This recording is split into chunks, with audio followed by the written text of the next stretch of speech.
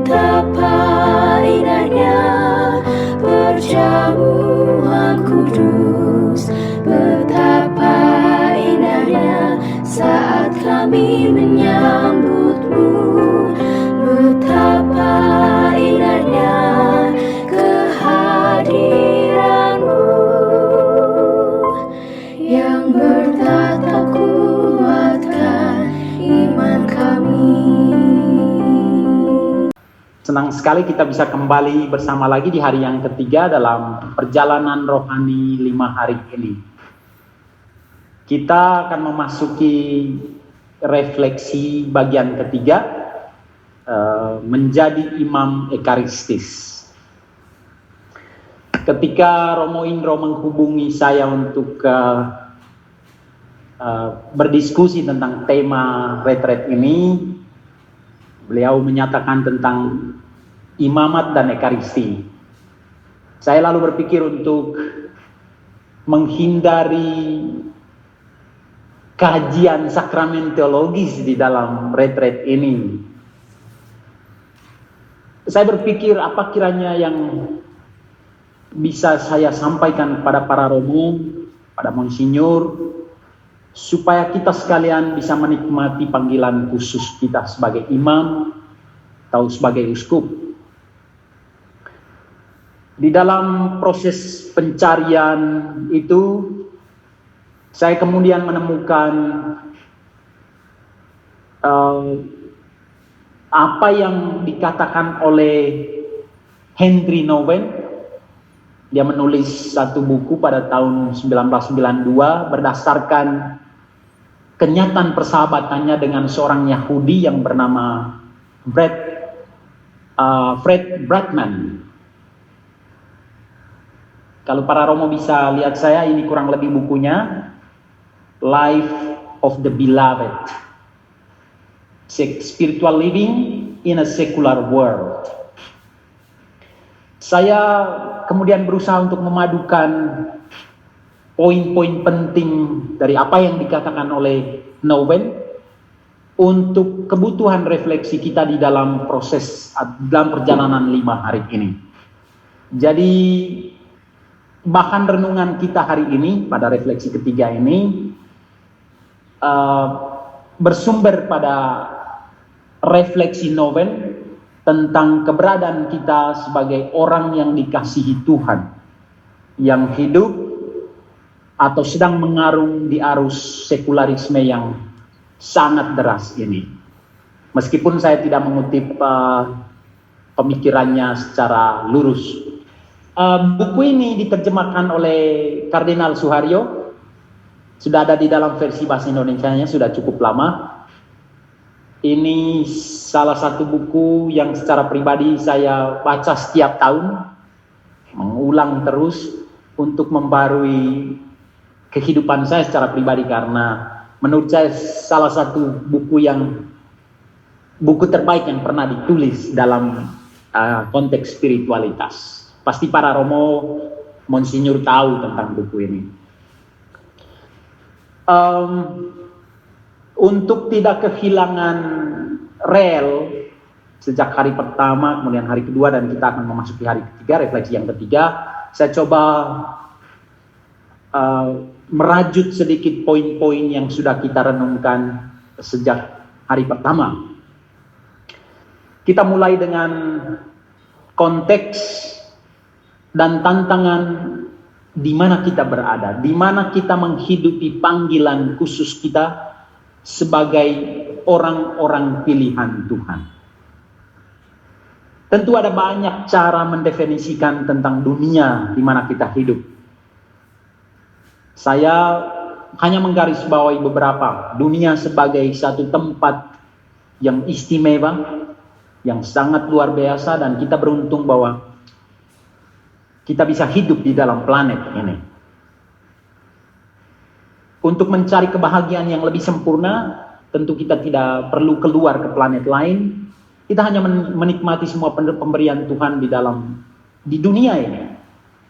Selain produktif dan progresif, dunia tempat kita berada ini juga sangat menantang.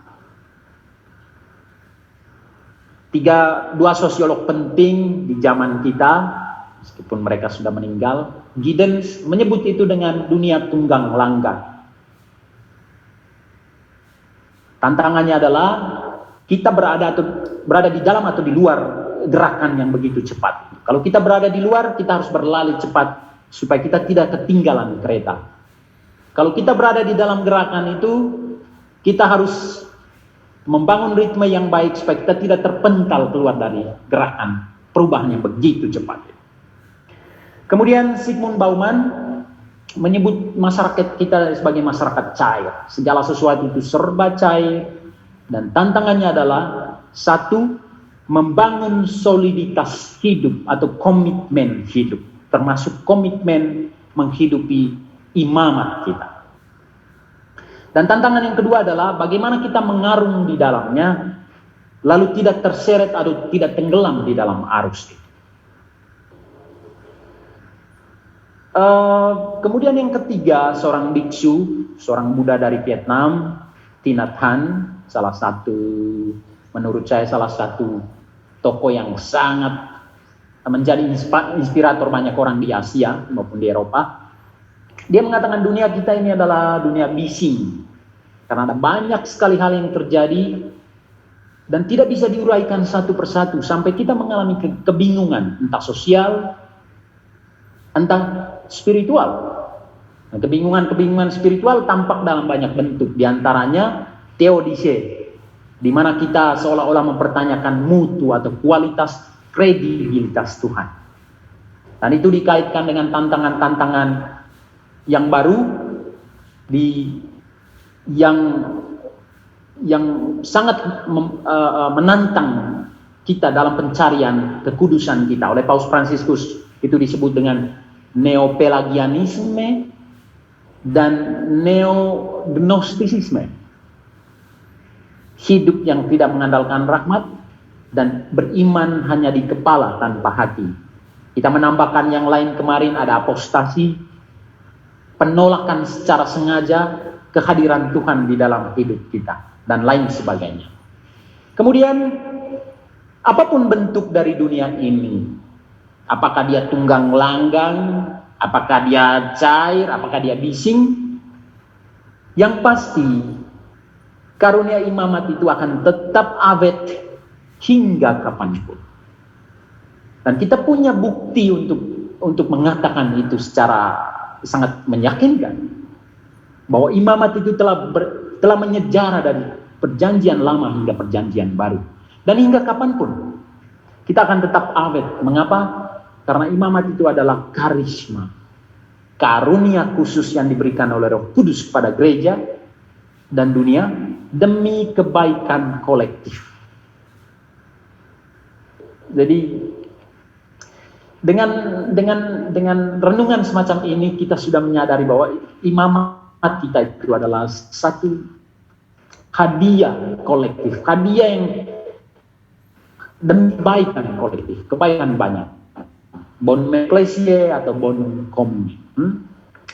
Kemudian imamat itu indah. Alasan utama mengapa imamat itu indah adalah dia diinstitusionalisasikan oleh Allah sendiri pada zaman Musa. Dan ada satu hal yang kemarin saya lupa, di dalam bahasa Ibrani ada satu kata yang disebut dengan tov. Tov itu berarti indah, baik, atau menyenangkan. Dalam perjanjian lama Allah itu disebut dengan Allah itu adalah keindahan. Kalau Allah sang keindahan yang memberikan karunia khusus imamat ini kepada kita sekalian, karunia yang terbatas kepada hanya sedikit orang, maka tentu saja imamat itu indah, karena yang memberikannya adalah sang keindahan. Untuk menemukan gambaran metaforis, simbolis tentang keindahan imamat, kita kemudian mendalami beberapa detil pada pakaian Imam Agung Harun. Mengapa kita mengambil tokoh ini? Karena dialah imam pertama dengan anak-anaknya ketika Allah memerintahkan Musa untuk membuat institusionalisasi dari imamat. Dia adalah orang yang dikhususkan bagi Tuhan, dan tulisan itu diukirkan pada dahinya, pada patam yang dikenakan pada dahinya. Patam itu adalah aksesoris para pengantin yang membuat mereka semakin indah, semakin cantik, semakin ganteng, semakin mengagumkan dan macam. Dari situ kita melihat dikhususkan bagi Tuhan atau menjadi imam itu indah. Kemudian Imam Agung Harun juga membawa 2 permata di bahunya. Dan permata adalah batu berwarna indah. Dan pesan simbolis dari kenyataan ini adalah bahwa imamat kita itu indah. Keindahan imamat kita karena kita menopang umat yang kita layani. Kemudian Harun juga membawa 12 suku Israel pada dadanya, tertulis pada 12 batu permata, diletakkan pada pektoral, dikenakan pada dadanya, dan itu hanya dibuat ketika dia menjalankan peran liturgis atau ritual. Dia membawa umatnya tidak hanya di pundaknya, tapi mendekap mereka ke hatinya. Hati seorang imam adalah rumah umat Allah dan bait Tuhan. Itu kurang lebih poin di hari pertama dan selanjutnya. Di hari kedua kita terus mendalami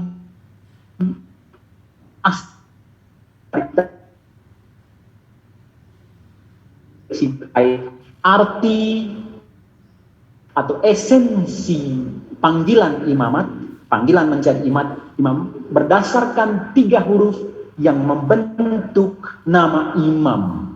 Dalam bahasa Ibrani Kohen, dan kita sudah merenungkan arti dari huruf-huruf ini satu persatu. Kaf, Hei, dan Nun. K, H, dan N. Dan kita mengatakan bahwa seorang imam adalah seorang yang menunduk, selalu membungkuk, dipanggil menjadi humus bagi kehidupannya sendiri di hadapan Allah, dan humus yang menimbulkan kesuburan kehidupan orang-orang yang dilayani. Yang kedua, imam adalah seseorang yang memiliki vision yang jelas tentang sesuatu yang mengagumkan.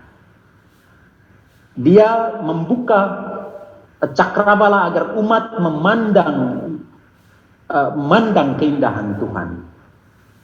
Kemudian imam juga adalah benih kehidupan. Itu secara simbolis termaktub di dalam huruf ketiga yang digambarkan dalam bentuk semen atau benih.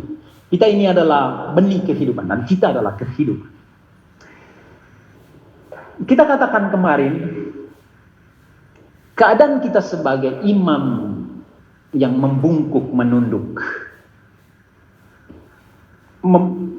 memiliki vision dan membantu umat untuk melihat Allah, keindahan Tuhan dengan jelas. Lalu sebagai benih kehidupan, itu ditantang oleh keadaan dunia di mana kita hidup. Dunia kita adalah dunia sekular atau sekuler, di mana hati banyak orang atau cara pandang banyak orang itu dipengaruhi oleh perspektif yang terlalu duniawi. Imam dan imamat kita juga ditantang di dalam situasi yang sama. Kita katakan kemarin, menjadi imam itu indah. Meskipun begitu, kita tetaplah makhluk yang rapuh. Meskipun kita rapuh, kita adalah makhluk yang indah, karena kita selain diciptakan secara khusus juga diberikan panggilan khusus. Pertanyaannya adalah bagaimana menjaga keindahan imam kita di dalam konteks dunia yang selalu menantang kita berbagai. Kita coba renungkan salah satu jawaban menurut saya adalah menjadi imam yang sungguh ekaristis.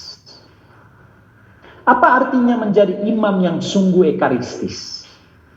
Para romo bisa memberikan jawaban, demikian juga Monsinyur bisa memberikan jawaban kita masing-masing terhadap pertanyaan ini. Apa artinya menjadi imam ekaristis? Di dalam renungan hari ketiga ini, izinkan saya menjawab pertanyaan ini Apa artinya menjadi imam ekaristis? Dengan menggunakan 4 kata kunci yang digunakan oleh Yesus Kristus pada malam perjamuan terakhir dan ditulis dengan sangat bagus oleh Henry Nouwen di dalam buku ini. Saya membuat fotokopi Romo, kalau ada Romo-Romo yang pingin nanti saya bawa ke Indonesia versi aslinya dan nanti saya berikan pada para Romo. 4 kata kunci itu adalah sebagaimana Yesus pada malam perjamuan terakhir, dia mengambil roti, memberkatinya atau mengucap syukur, memecah-mecahkan roti itu dan membagi-bagikannya kepada para murid. Mari kita lihat apa arti menjadi imam ekaristis di dunia sekuler dengan berdasarkan 4 kenyataan atau 4 kata kunci ini. Mari kita lihat imam ekaristis di dunia sekuler adalah roti yang diambil. Roti yang diambil. Para Romo, kita coba ganti kata diambil dengan dipilih. Kita ini adalah orang yang dipilih, sebagaimana Yesus mengambil roti pada malam perjamuan terakhir. Kita dipilih sebetulnya bukan karena lebih baik dari orang lain, atau mereka lebih buruk dari kita.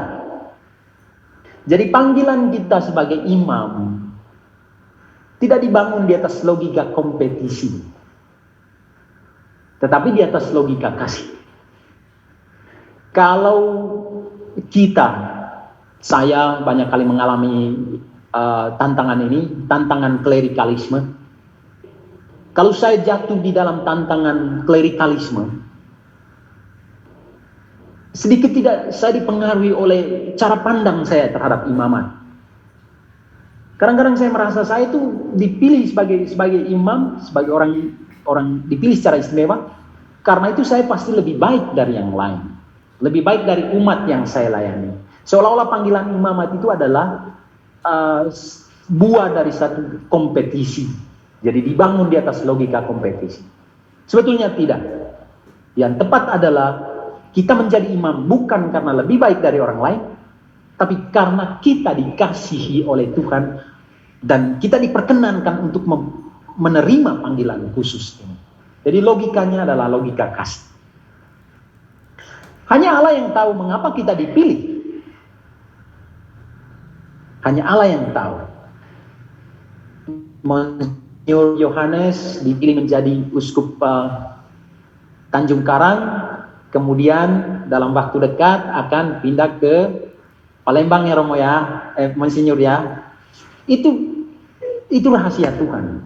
Kita tidak bisa memprediksi ini dan kita juga tidak tahu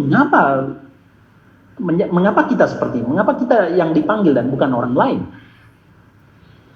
Yang paling pokok dari semua ini adalah kalau kita menerima panggilan khusus ini, kita harus memahaminya dalam perspektif kasih.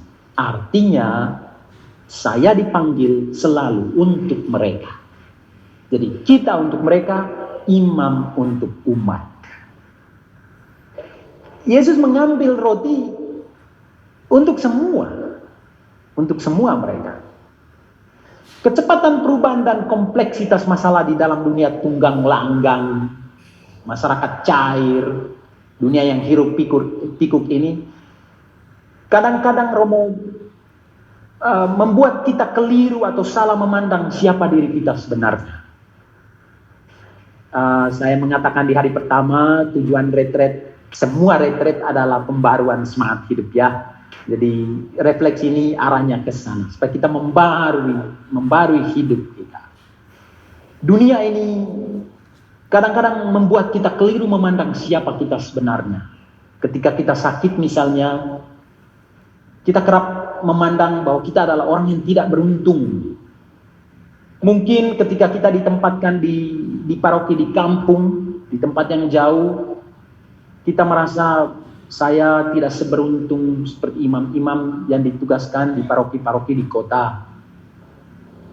Mungkin ketika kita mengalami tantangan pastoral, kita itu tergoda untuk merasa mungkin Tuhan meninggalkan saya seperti dia meninggalkan Yesus sendirian di kayu salib.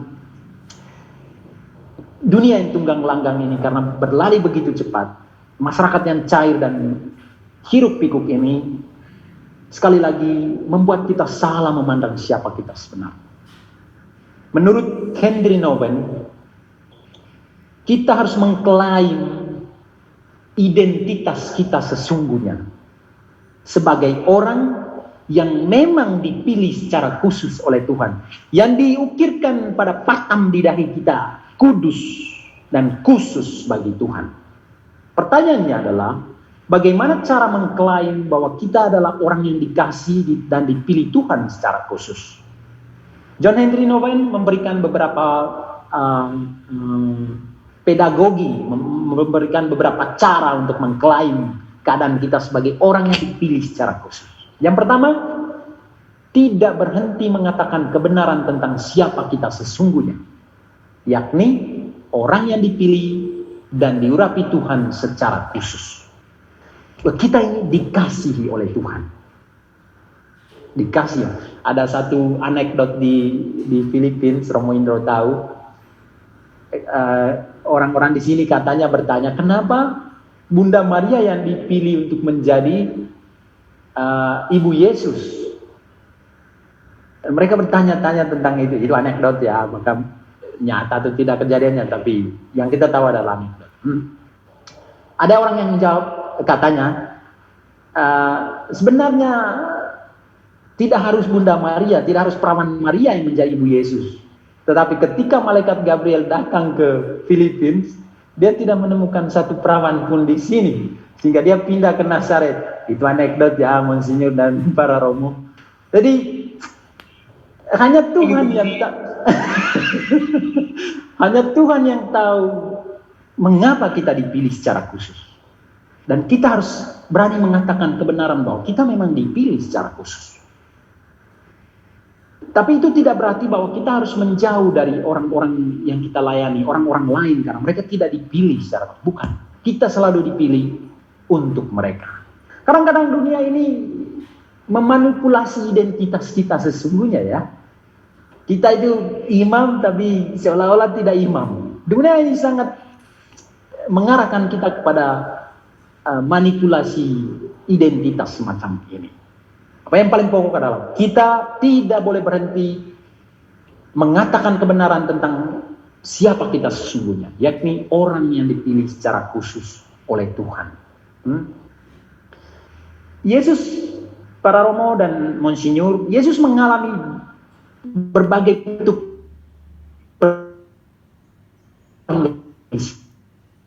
dia ditolak, dia dilempar di batu, dia didiami, dianggap remeh, dan lain sebagainya. Apa sih rahasia Yesus sampai dia masih begitu tegak datang ke Yerusalem dengan satu semangat kemenangan dan menerima salib dengan lapang dada? Apa sih rahasianya? Ternyata rahasianya adalah bahwa dia selalu memperbarui diri, mendengar sekali lagi suara yang ketika dia dibaptis di Sungai Yordan, turun dari langit, engkaulah anakku yang terkasih, kepadamu aku berkenan. Kita ini orang terkasih. Kalau kita memperbarui diri kita dan memandang hidup kita selalu sebagai orang yang dikasihi Tuhan, kita akan menikmati imamat kita. Yesus selalu ingin mendengar suara Bapa ini. Karena itu dia naik ke Gunung Tabor dan di sana dia berkomunikasi dengan Bapa. Dia mendengar sekali lagi suara ini, engkaulah anakku yang terkasih, kepadamulah aku berkenan. Kalau para romo melihat salah satu dokumen tentang hidup bakti, kita konsekrata, itu refleksinya dari Tabor hingga Kalvari. Jadi kekuatan yang Yesus terima karena diapresiasi sebagai anak terkasih di Tabor, membesarkan hatinya untuk menerima penderitaan dengan gembira. Jadi dikasih Bapa adalah satu nutrisi untuk menerima dan mencintai imamat kita. Tetapi dikasih Tuhan atau dipilih secara khusus tidak pernah mengurangi beban salib atau meniadakannya. Jadi kita akan tetap mungkin akan mengalami kesulitan di dalam pastoral, meskipun kita dipilih. Salah satu tanda dicintai Tuhan menurut saya para Romi, disalibkan oleh manusia. Dan banyak kali kita disalibkan oleh orang-orang yang kita layani. Tapi itulah tandanya bahwa kita dicintai oleh Tuhan. Salib adalah klimaks dari cinta kasih, dan logika pilihan kita sebagai imam adalah cinta kasih. Yang kedua menurut Henry Nouwen adalah tidak berhenti mencari tempat yang tepat dan atmosfer yang cocok di mana imamat kita itu dinutrisikan. Zaman yang serba di zaman media sosial ini Romo ya ada Instagram, ada Facebook, ada macam-macam. Kita itu lebih gampang curhat lewat status kita di Facebook daripada curhat dengan teman-teman Romo kita. Saya banyak kali mengalami itu Romo. Saya sangat secara jujur mengatakan itu ya. Ya kita inilah berbagi pengalaman supaya kita saling menguatkan ya. Para Romo menguatkan saya, Monsinyur menguatkan saya, dan refleksi kita coba membuat kita lebih semangat menghayati hidup kita. Kita banyak kali tergoda untuk curhat di Facebook atau media sosial lainnya daripada kita menemukan rekan imam dan mengatakan tentang apa yang kita alami. Sedih dan sakit, gembira kita, air mata dan tawa kita, dan macam-macam. Di dunia serba cair ini, kadang soliditas komitmen imamat kita itu melempem seperti kerupuk itu ya Romo ya. Kadang maksud saya dengan menceritakan ini adalah jauh lebih baik menghindari luka daripada kita berusaha untuk menyembuhkannya. Karena kalau kita menyembuhkannya, bekasnya masih akan tertinggal di sana. Berikutnya Romo, yang ketiga, tidak berhenti merayakan keterpilihan kita dengan cara terus bersyukur. Kadang kita lupa di dalam dunia yang hiruk pikuk ini, kita lupa untuk bersyukur tentang diri kita. Kita lupa untuk bersyukur tentang panggilan kita. Kita lebih suka melakukan hal-hal besar, memikirkan ide-ide besar, dan kita lupa bersyukur tentang siapa kita dan panggilan, apa arti panggilan yang kita terima. Bersyukur adalah terjemahan dari bahasa Inggris gratitude, yang berasal dari kata Latin gratia, yang berarti rahmat. Jadi bersyukur sebetulnya adalah pintu rahmat. Semakin bersyukur kita, semakin banyak rahmat yang Tuhan curahkan kepada kita. Gratitude, gratia, rahmat. Dengan berterima kasih kita membiarkan diri dipenuhi oleh rahmat. Menurut penelitian saintifik para Romo dan Monsinyur, memiliki hati yang bersyukur memiliki banyak sekali manfaat. Di antaranya kita akan menjadi lebih bahagia, lebih sehat, lebih simpatik, lebih menikmati dalam mengelola karir atau pelayanan, lebih positif secara emosional, lebih optimistik, kurang materialistis, lebih dalam secara spiritual, kurang memusatkan perhatian hanya pada diri sendiri, dan lain sebagainya. Ada banyak sekali manfaat dari bersyukur itu yang perlu kita miliki. Bersyukur adalah pintu rahmat.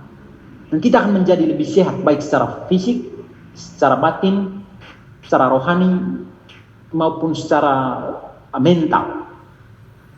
Jadi bersyukur terhadap siapa kita dan arti panggilan kita adalah sesuatu yang perlu kita buat untuk mengklaim keadaan kita sebagai orang yang dipilih secara khusus oleh Tuhan.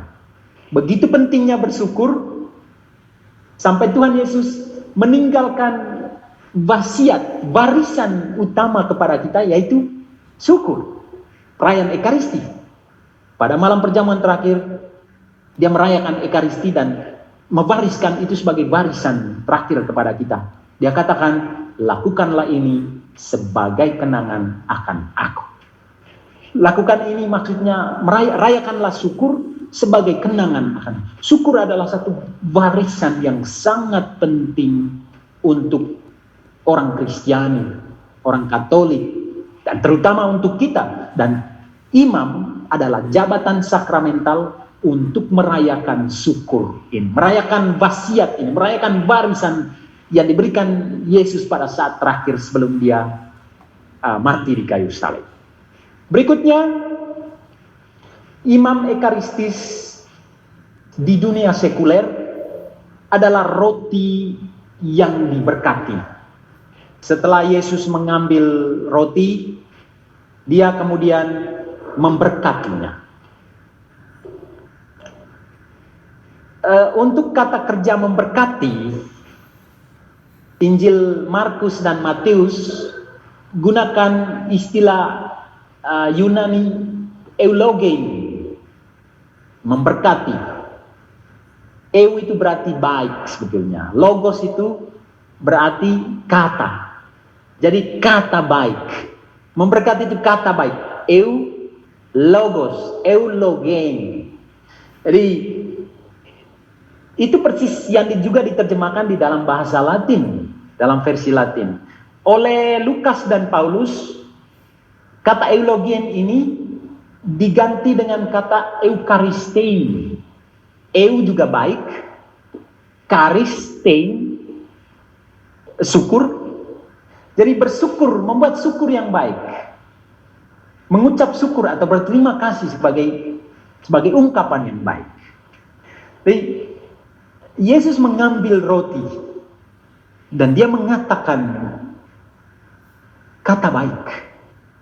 Dia mengucapkan syukur yang baik. Dan rahasia Ekaristi itu ada di situ sebetulnya. Di dalam Vulgata, terjemahan Latin dari kitab suci,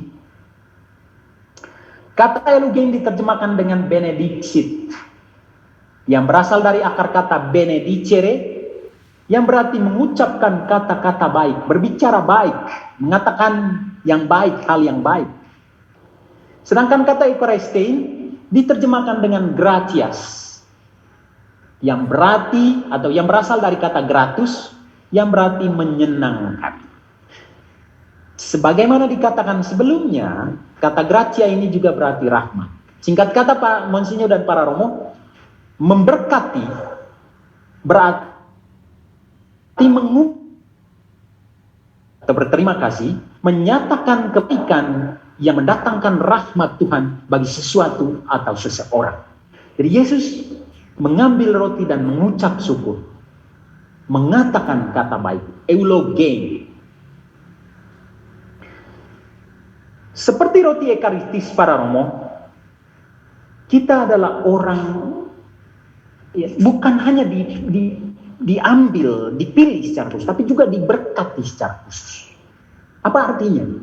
Kita diakui baik, eulogein. Kita disyukuri dan diberikan rahmat. Dalam perjanjian lama, barak, berkat, selalu dikaitkan dengan energi vital Tuhan, energi vital ilahi, yang mendatangkan kebaikan, kesehatan, kepenuhan hidup, kesuburan, kedamaian, pertolongan, keselamatan, dan lain sebagainya. Jadi kalau kita diberkati secara khusus oleh Tuhan melalui panggilan kita sebagai imam, itu artinya kita diberikan kesuburan, diberikan pertolongan, diberikan kesehatan, diberikan keselamatan. Di dalam perjanjian lama, berkat tidak hanya mengucapkan hal yang baik, tetapi juga melakukan hal yang menyenangkan. Jadi mengatakan hal baik dan melakukan hal yang menyenangkan. Dalam dunia tunggang langgang, cair dan hiruk pikuk ini, kita perlu mengklaim keadaan khusus kita sebagai orang yang diberkati, orang yang dirahmati dan dianggap Tuhan menyenangkan, orang yang memiliki kesadaran dan memiliki telinga untuk mendengar kata-kata yang bergema di atas, di awan, engkaulah anakku yang kukasihi, kepadamu aku berkenan. Kita dianggap Tuhan sebagai orang-orang yang berkenan. Betapa bahagia kita para Romo Karena kita dianggap oleh Tuhan sebagai orang yang menyenangkan. Meskipun mungkin di dalam kehidupan sehari-hari kita tidak bisa menyenangkan semua orang. Tapi kita itu adalah orang yang menyenangkan menurut Tuhan. Tuhan itu seperti bahagia melihat dia karena kita menyenangkan. Meskipun kita sekali lagi tidak bisa menyenangkan semua orang. Memang kita tidak bisa melakukan itu. Kita adalah orang-orang, karena imamat kita itu menjadi menyenangkan. Ada frater kami menjalani tahun pastoral di Jakarta. Di dalam proses praktek itu dia berkenalan dengan beberapa orang kaya ya di Jakarta, dan dia diberikan makanan, diberikan pakaian. Setelah beberapa bulan, frater ini memutuskan untuk meninggalkan panggilannya, tidak mau melanjutkan sekolahnya sebagai frater. Dan sejak saat itu pula, orang-orang yang dikenal tadi tidak lagi memberikan makanan, tidak memberikan pakaian. Dan frater itu menyesal. Dia katakan, ternyata mereka sayang saya itu karena saya frater ya. Ya memang, pesonamu itu ada pada panggilanmu. Tanpa panggilan itu kamu sudah tidak diberikan makanan-makanan enak itu. Kadang-kadang kita keliru di dalam menginterpretasi hal-hal di dunia tunggang langgang ini. Apapun itu, yang paling pokok adalah mengenal bahwa kita adalah orang yang diberkati Tuhan secara khusus. Orang yang dirahmati, orang yang dianggap Tuhan, orang ini menyenangkan sekali. Menurut Henry Nouwen, untuk mengklaim keadaan kita sebagai orang yang diberkati, kita perlu melakukan, menurut dia, paling kurang 2 hal ini. Nanti kita tambahkan satu. Yang pertama, berdoa. Dan yang kedua, memelihara kehadiran. Pertama, berdoa. Doa adalah jalan, cara, dan kesempatan untuk mendengar atau menerima berkat. Doa adalah cara ketika Yesus naik ke atas gunung untuk mendengarkan sekali lagi, membarui dirinya sebagai orang, sebagai anak yang dikasihi Bapa. Itu adalah doa. Doa adalah saat di mana kita hidup, di mana hati kita terbuka mendengar suara Dia yang mengatakan hal-hal baik dan menyenangkan tentang kita. Benedictio. Mendengar Dia yang mengucap syukur atas diri kita. Mendengar Dia yang setelah menciptakan semua, Dia berkata, semuanya baik dan sungguh baik. Di dalam Ibrani, tov meot. Semuanya sangat indah. Kita ini adalah, karena panggilan khusus kita sebagai imam, kita itu menjadi orang-orang yang sangat menarik parahnya. Sangat indah, sangat atraktif. Menjadi imam itu, kalau bahasa vulgarnya, menjadi imam adalah seksi. Karena kita menjadi orang yang sangat atraktif, sangat menarik. Dan kita perlu, di dalam kenyataan-kenyataan ini perlu dibawakan di dalam doa. Mengapa? Karena doa adalah kesempatan kita mendengar Tuhan sekali lagi membarui identitas kita sebagai orang yang menyenangkan Dia. Orang yang berkenan di hadapan Dia. Orang yang dirahmati. Orang yang disyukuri.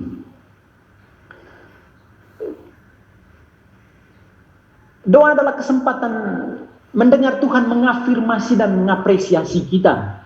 Mungkin banyak kali kita tidak diapresiasi ya oleh orang-orang yang kita layani atau oleh teman-teman, sahabat-sahabat Romo kita. Tapi Tuhan sendiri yang mengapresiasi kita, memuji kita, mengafirmasi. Dia katakan, engkau adalah anakku yang kukasihi. Engkau, aku berkenan kepadamu. Anda menyenangkan saya. Jadi doa adalah kesempatan untuk mendengar, kesempatan untuk membarui diri. Konon motivasi doa itu ada 3 ya. Yang pertama itu adalah kewajiban. Kita pergi berdoa di kapel atau di ruang doa. karena kita merasa wajib berada di sana. Cepat atau lambat laun, motivasi kita itu akan mengering karena kita hanya merasa wajib saja berada di sana. Ini baik juga sebenarnya, tapi motivasinya sangat, levelnya masih sangat rendah. Kemudian kata konon, motivasi berdoa yang kedua itu adalah kebutuhan. Jadi kewajiban, lalu kebutuhan. Kita seperti datang ke warung, membawa checklist yang panjang di pikiran kita. Saya akan memesan udang, saya akan memesan lele lembat, saya akan memesan daging celeng. Banyak pesanan kita di kepala. Dan begitu kita tiba di restoran dan meminta salah satu dari yang kita mau, dan mereka katakan, maaf Pak, di sini tidak ada menu itu. Kita akan menjadi frustrasi. Kalau kita datang hadapan Tuhan hanya karena kebutuhan, lambat laun kita menjadi demonstran di hadapan Tuhan. Mengapa? Karena kalau kita minta Tuhan, sembuhkanlah ayah saya. Tiba-tiba satu hari kemudian dia meninggal. Lalu kita protes Tuhan, turunkan Tuhan dari tahta menjadi demonstran. Karena dia tidak mengindahkan apa yang saya inginkan. Lalu ada motivasi yang levelnya paling tinggi katanya ya. Para Romo silakan menyampaikan kepada saya motivasi lain saya tahu ya Romo. Yang paling tinggi katanya ada kerinduan. Apakah kita melihat wajah Tuhan atau tidak? Apakah kita mendengar suaranya atau tidak? Berdoa itu sudah memuaskan hati kita kalau kita melakukannya dengan kerinduan untuk mendengar Dia. Yesus memiliki kerinduan ini sehingga Dia katakan, marilah kita ke Gunung Tabor untuk mendengar suara Bapaknya sekali lagi. Dan ini perlu untuk kita di dalam dunia yang tunggang langgang. Berdoa sebagai kesempatan untuk mendengar bahwa kita diafirmasi dan diapresiasi Tuhan sebagai imam yang baik, sebagai orang yang dipilih secara khusus dan diberkati oleh Tuhan. Berikutnya adalah memelihara kehadiran. Yang dimaksudkan memelihara kehadiran oleh Noven adalah bahwa kita memiliki kesadaran akan berkat dan rahmat yang dicurahkan kepada kita setiap hari.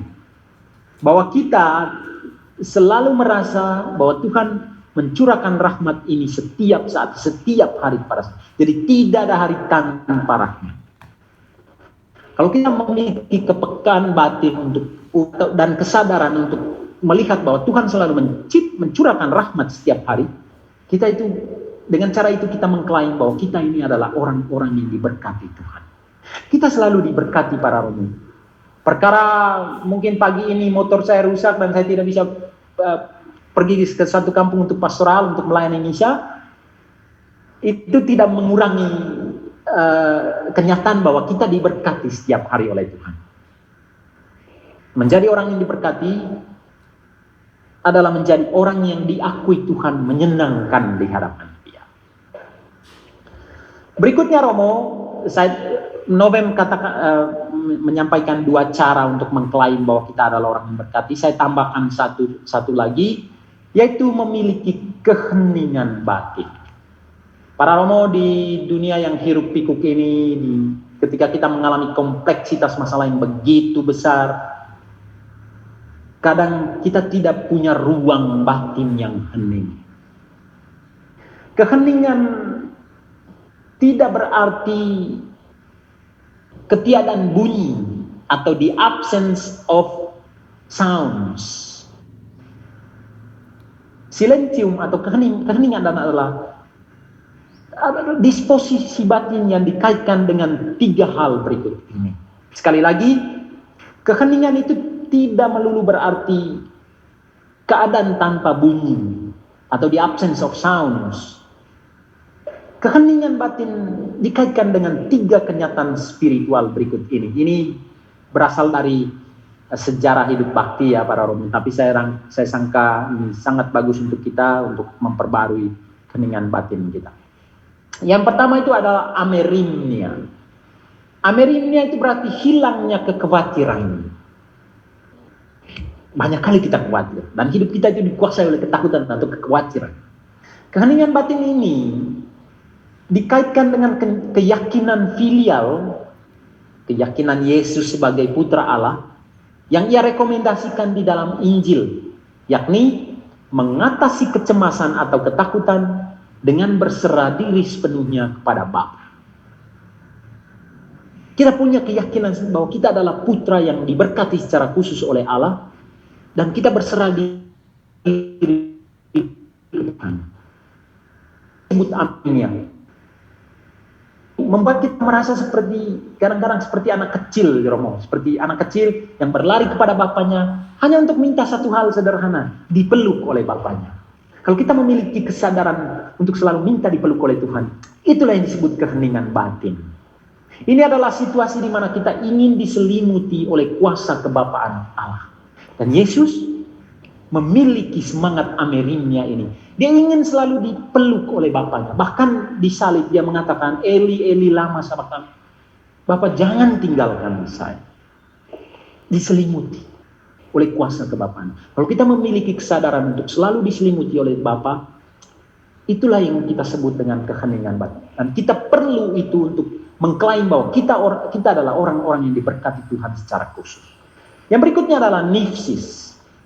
Nifsis adalah kewaspadaan atau sikap batin yang terus berjaga-jaga terhadap adanya bahaya tertentu. Nifsis berkaitan sangat erat dengan askese, kedisiplinan batin, dan praktek kebajikan. Nifsis adalah keadaan jiwa yang selalu terjaga, yang tidak pernah tidur. Nifsis sebenarnya adalah jiwa yang selalu terbangun. Romo, bagaimana caranya saya mengetahui kalau jiwa saya terbangun, tidak tertidur? Gampang, Romo, banyak contohnya. Salah satu contoh, di seminari kami di Jogja, di tempat jemuran itu ada 3 tingkatan. Tingkat bawah, dan tengah, dan paling atas. Pada suatu hari, karena di bagian atas itu sudah penuh, saya menjemur pakaian saya di tingkat yang paling bawah. Di tali yang paling bawah ya.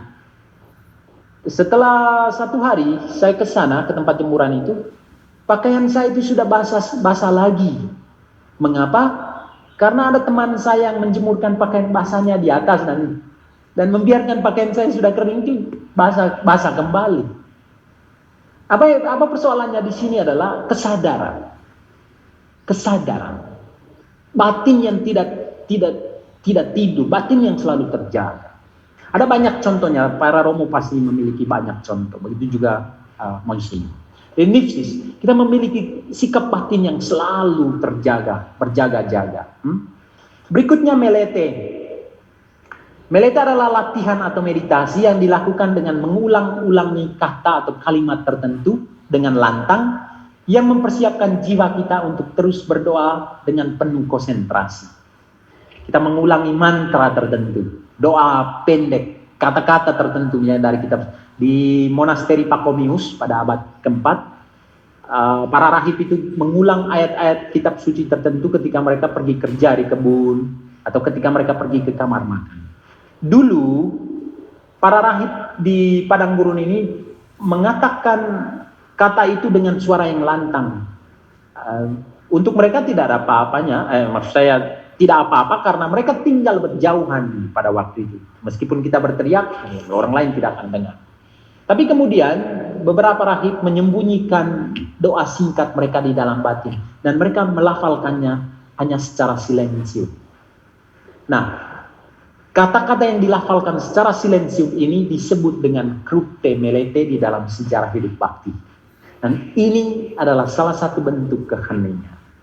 Kalau Romo mau berdoa, cukup mengambil satu kata dari Mazmur atau dari kitab suci dan katakan itu. Mengulang-ulang itu supaya batin kita itu menjadi hening. Dengan cara itu kita bisa menyadari bahwa kita memang orang-orang yang diberkati secara khusus. Berikutnya kita masih punya kurang lebih 10 menit ya Romo ya. Saya mohon diberikan mungkin 10 menit yang jadi 20 menit ya. Imam ekaristis di dunia sekuler, roti yang dipecahkan. Romo, saya kemarin mengatakan kita ini adalah orang-orang yang indah. Imamat kita itu indah. Tapi meskipun kita adalah karya dari tangan Tuhan yang begitu indah, kita tetaplah orang yang rapuh. adalah orang yang nyerah. Kita memiliki banyak keterbatasan. Tetapi sebetulnya Tuhan memiliki maksud tertentu dalam kerapuhan kita. Kalau roti itu tidak rapuh, mungkin sulit sekali untuk dipecahkan, dibagi-bagikan. Tuhan menciptakan kita dari tanah dengan maksud ini. Jadi kerapuhan yang mengagumkan. Kita tidak diciptakan dari baja, kita tidak diciptakan dari kayu nomor 1 dan macam-macam. Kita diciptakan dari tanah yang rapuh. Tuhan memiliki maksud di dalam kerapuhan kita. Dan kerapuhan-kerapuhan yang kita miliki para Romo, itu mengungkapkan keunikan kita masing-masing. Sebagaimana kita diberkati secara khusus, unik di dalam panggilan menjadi imam, kita juga, kerapuhan kita menunjukkan keunikan kita. Saya misalnya rapuh di dalam menghidupi kaul kemurnian. Mungkin para Romo yang lain rapuh dalam menghidupi janji ketaatan atau kemiskinan. Jadi kerapuhan kita, menurut Noven, mengungkapkan keunikan kita masing-masing. Karena itu, kita tidak perlu takut dengan kerapuhan. Kita harus mengklaim kerapuhan kita. Kita harus menerima itu dan mengklaim itu adalah bagian dari keberadaan kita sebagai imam. Roti, kalau tidak bisa dipecahkan, mungkin pada waktu itu tidak bisa dibagikan kepada orang. Dengan kata lain, karena kita rapuh, kita menjadi mudah dibagi-bagikan kepada orang lain. Menjadi nutrisi bagi orang-orang lain. Menurut saya, asal tangan Tuhan sendiri yang memecahkan kita, biarlah kita remuk sekalian di tangannya. Sebab setiap tindakan Tuhan memiliki maksud yang manis. Sekalipun kerap kali kita merasa kerapuhan itu sebagai pengalaman pahit. Sekali lagi para Romo, Tuhan memiliki maksud tertentu di dalam kerapuhan diri kita masing-masing. Seperti roti yang rapuh, karena itu menjadi gampang untuk dipecahkan dan dibagikan. Menurut saya, asal tangan Tuhan yang memecahkan kita, mencabik-cabik kita, biarlah kita remuk sekalian di tangannya. Mengapa? Karena setiap perbuatannya memiliki maksud yang manis. Meskipun kita selalu menganggap kerapuhan sebagai pengalaman pahit. Sekarang, bagaimana caranya kita menyikapi kerapuhan? Mengklaim kerapuhan sebagai bagian dari diri kita. Menurut Noven, yang pertama, bersahabat dengan kerapuhan. Menerima rasa sakit, sangat sulit, sebab biasanya secara spontan kita menghindari kesulitan. Tapi bersahabat dengan kerapuhan adalah jalan untuk mengakui bahwa kita adalah orang-orang yang diberkati secara khusus meskipun kita adalah makhluk yang rapuh. Kita akan sangat sulit sembuh, Romo, para Romo, kalau kita tidak menyadari arti penderitaan. Jadi kerapuhan kita mengajarkan kita bagaimana menjadi lebih baik. Karena itu, krisis apapun bentuknya di dalam hidup kita selalu merupakan fase untuk pemurnian diri.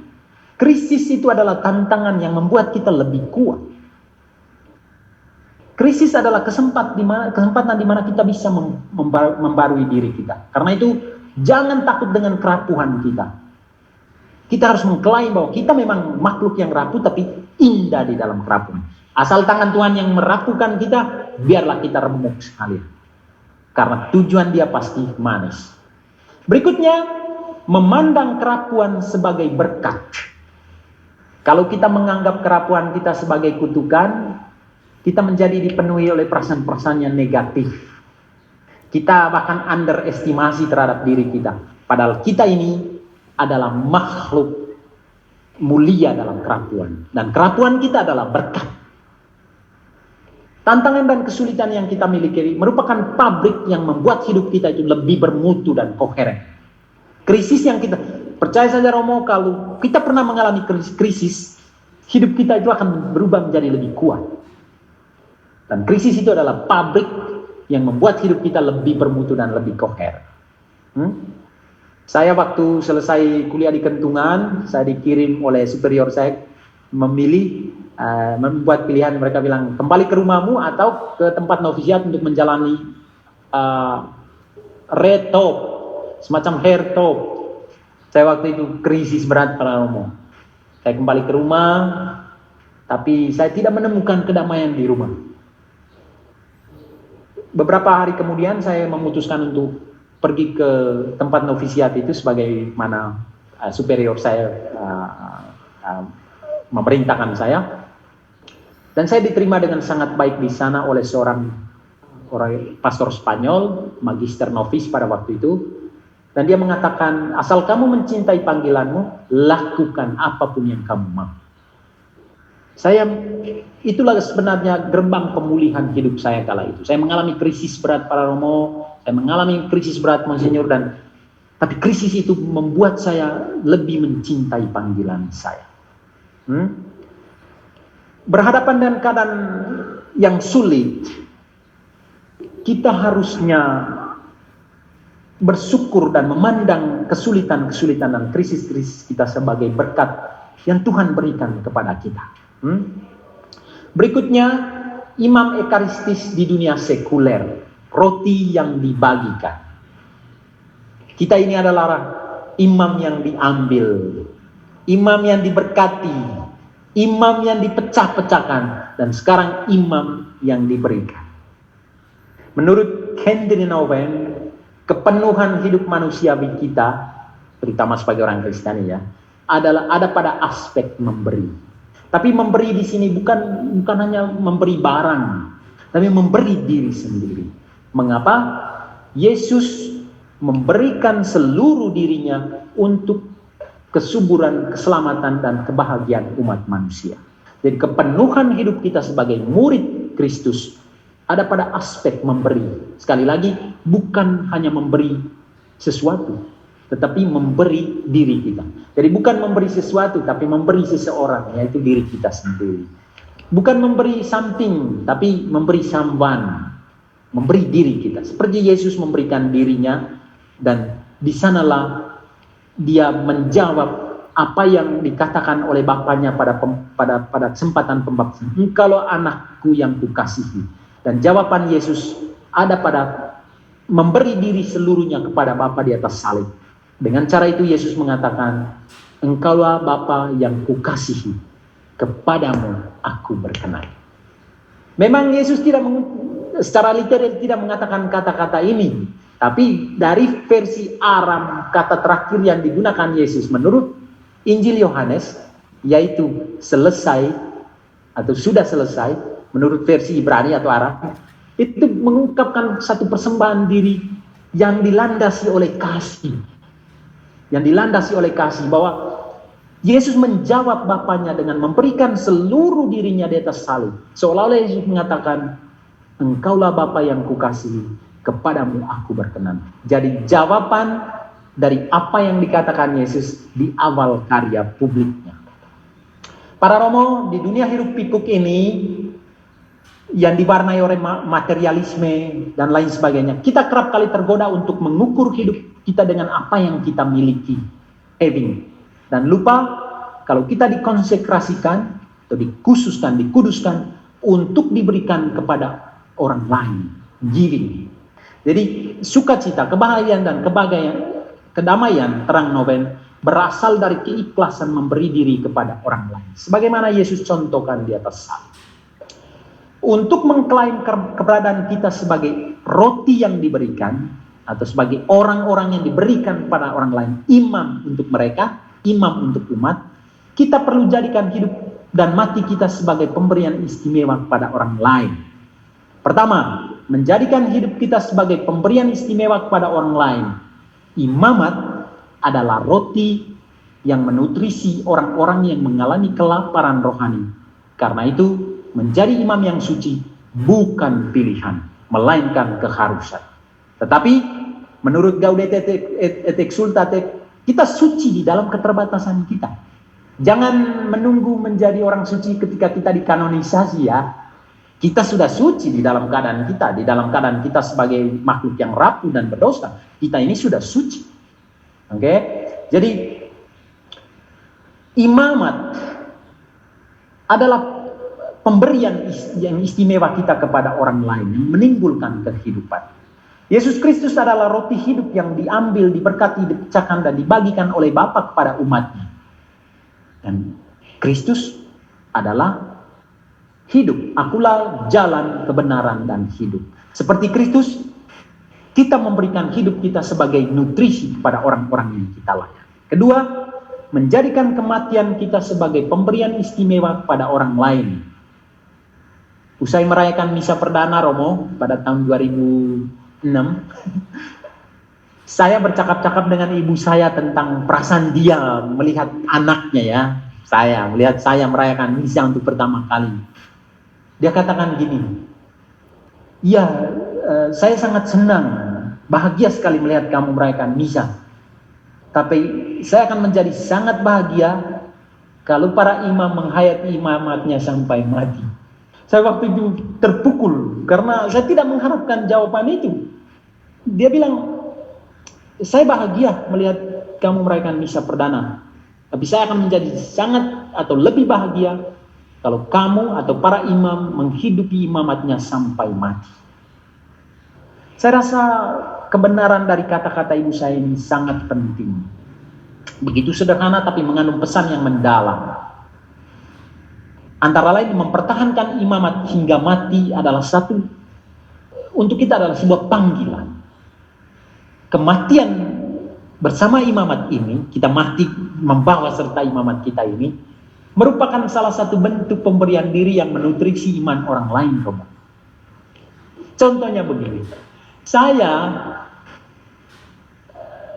melihat pastor paroki saya kala itu, waktu saya masih kecil, melihat pastor paroki saya meninggal sebagai imam, bagaimana dia dikenakan kasula dan macam-macam, kemudian misa dirayakan oleh Bapak Uskup.